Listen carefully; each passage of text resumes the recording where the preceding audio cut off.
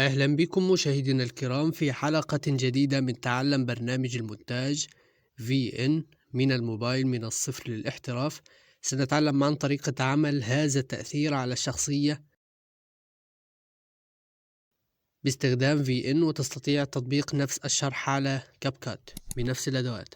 نقوم بالضغط على New Project ونختار الخلفية Next،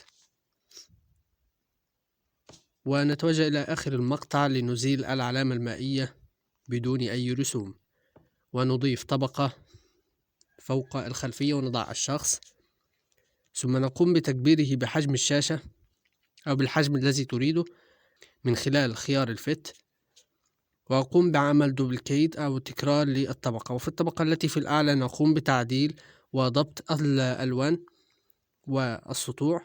في الإكسبوجر نقوم بزيادته، وفي البرايتنس نقوم أيضا بزيادته بعض الشيء، ونقوم بالضغط على علامة الصح ونتوجه إلى الماسك ونختار ميرور ونضبط حجم الماسك ونقوم بتدويره، ومن هذا السهم نقوم بسحبه قليلا ليعطينا تأثير احترافي،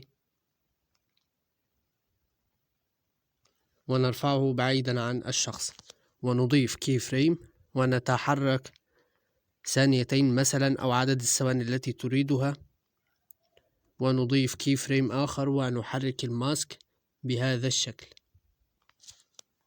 لنرى النتيجة. وها هي النتيجة كما ترون، نتيجة احترافية.